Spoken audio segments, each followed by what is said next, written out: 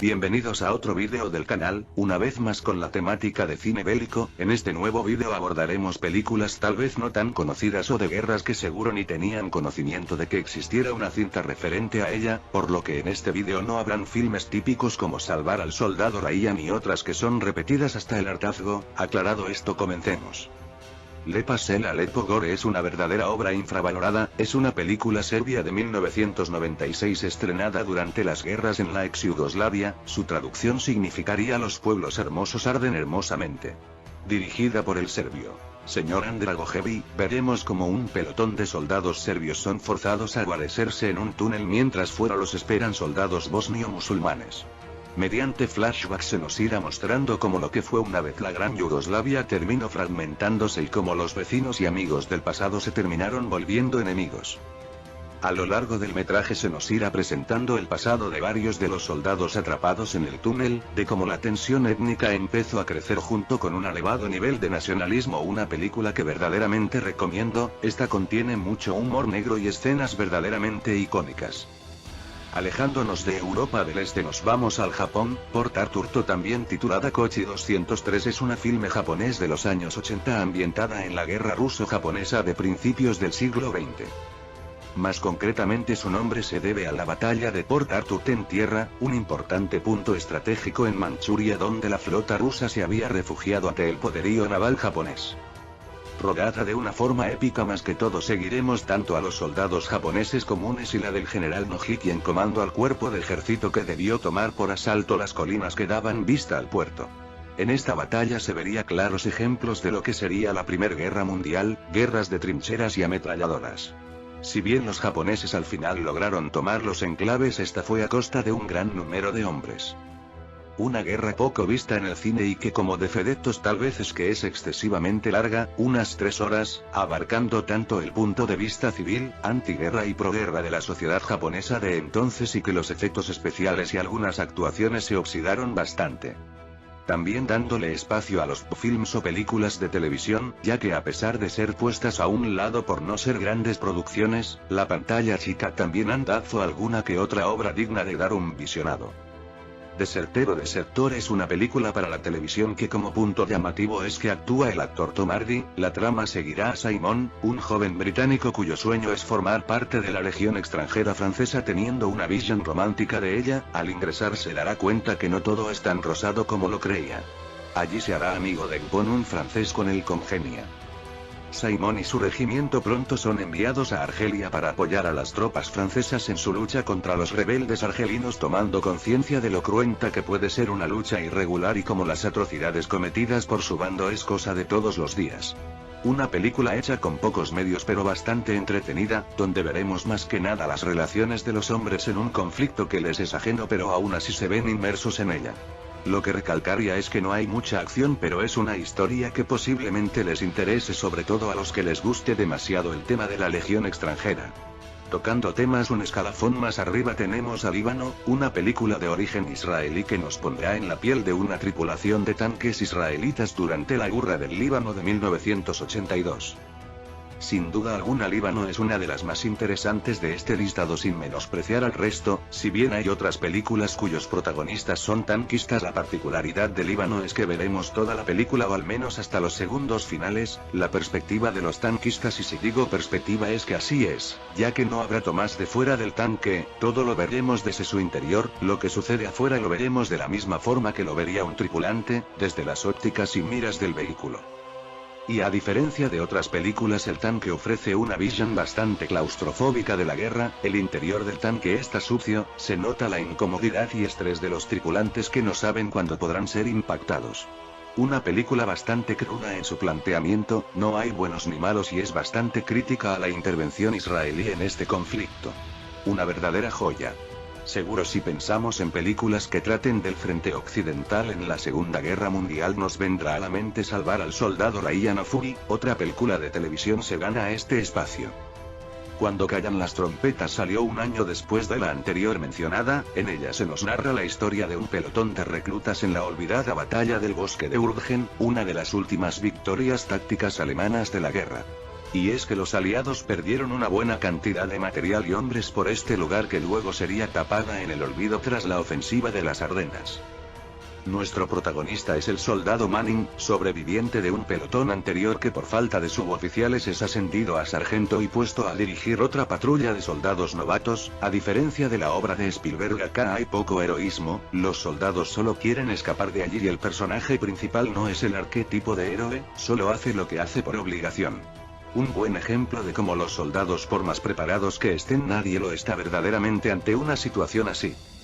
Una cinta que como curiosidad dirigió Johnny Green, conocido por La colina de la hamburguesa o Los perros de la guerra. Aminorando un poco el ritmo, le toca el turno a una producción posiblemente la más ligera de la lista, Buffalo Soldiers, una sátira cómica ambientada en la Guerra Fría. En Buffalo Soldiers seguiremos la historia del especialista El Bú, un carismático soldado quien posee la confianza del comandante de la base. Ubicándonos en algún lugar de Alemania Occidental harías que caiga el famoso muro de Berlín. El Wood junto a varios compañeros poseen una vida bastante cómoda a pesar de ser militares, ya que se dedican a varios negocios ilegales en el ejército, como la venta de productos de limpieza del ejército y la venta de drogas.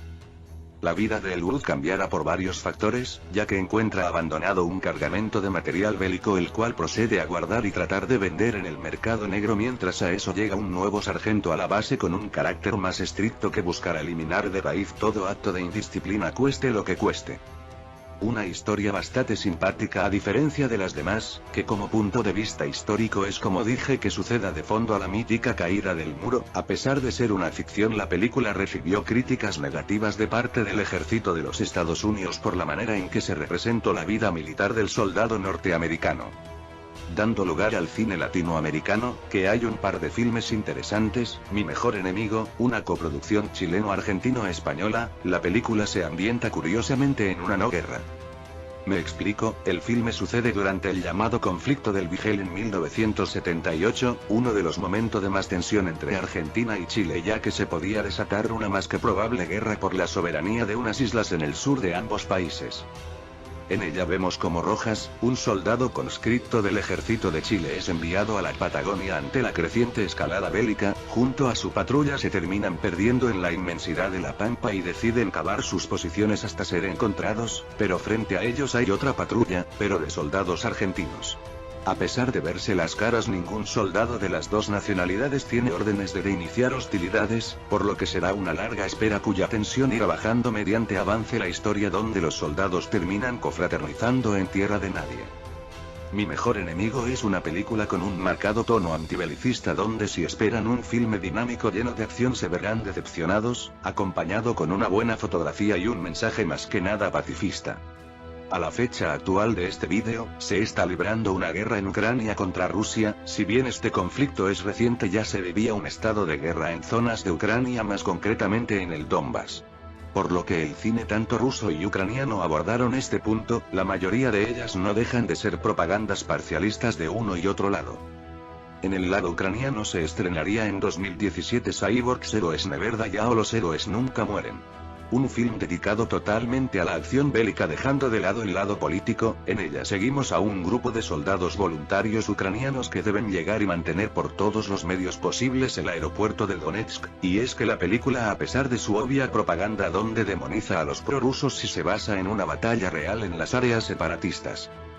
Y es que en el aeropuerto de Donetsk se libraron dos batallas. La primera culminó con una victoria parcial ucraniana donde lograron recuperar las instalaciones, y la segunda sucedida en el mismo año, donde la victoria fue para la República Separatista de Donetsk, quien forzó la retirada ucraniana. La película posee, como dije, un carácter palomitero y nada más. Como película curiosa sobre la guerra actual.